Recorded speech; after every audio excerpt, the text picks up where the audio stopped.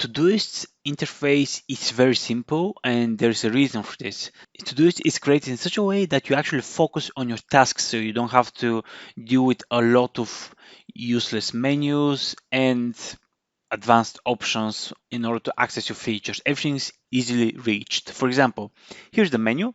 It's just on the left, so you can collapse it and open it from this button here. This is just the go to start page, and then you also have a search bar. Then on the menu, you have an inbox.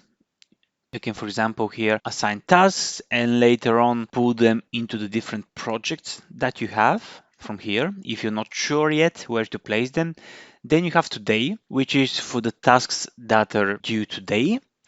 And because we created the account today, our first task that was created by Todoist is to add a new task. So inbox, where as a tip, you usually can store your tasks before pulling them to the right place. So if you have something in mind, right, a new task, you can always create it here. For example, learn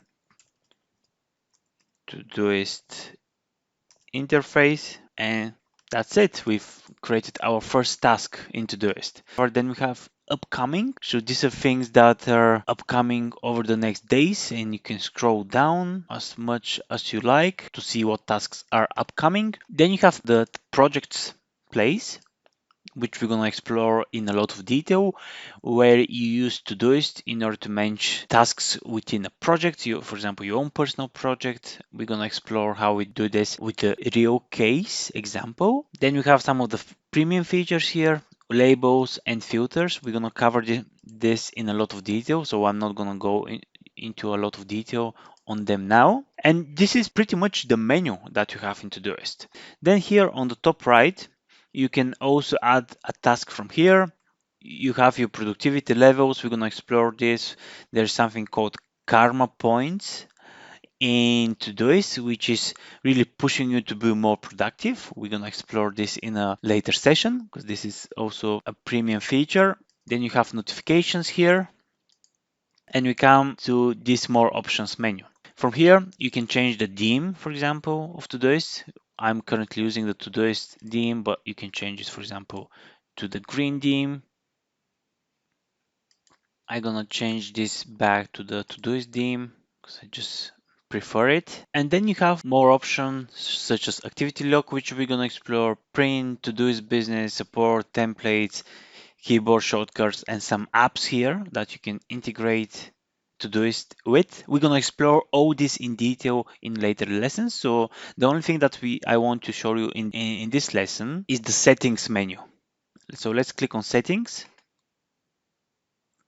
So here you have some basic information about your plan, when my free trial is gonna end, my personal information. Then I can connect it to my Google account and Facebook account from here.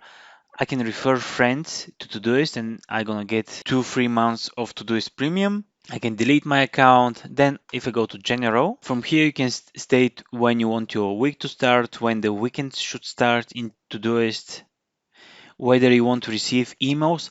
And bear in mind that Todoist sends a lot of emails. So I usually switch this to, for example, no thanks, especially for the tips and tricks. So because I find that they send you emails on a daily basis, but if you prefer to receive the tips and tricks, you can just leave it to yes.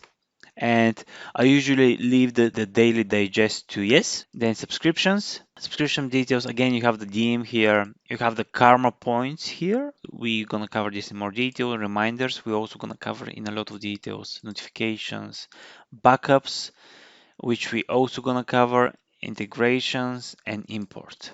So we're gonna cover all of these features in later lessons, but what I want you to remember from this lesson is what's important for you is really here on the left. So this is where your main menu is.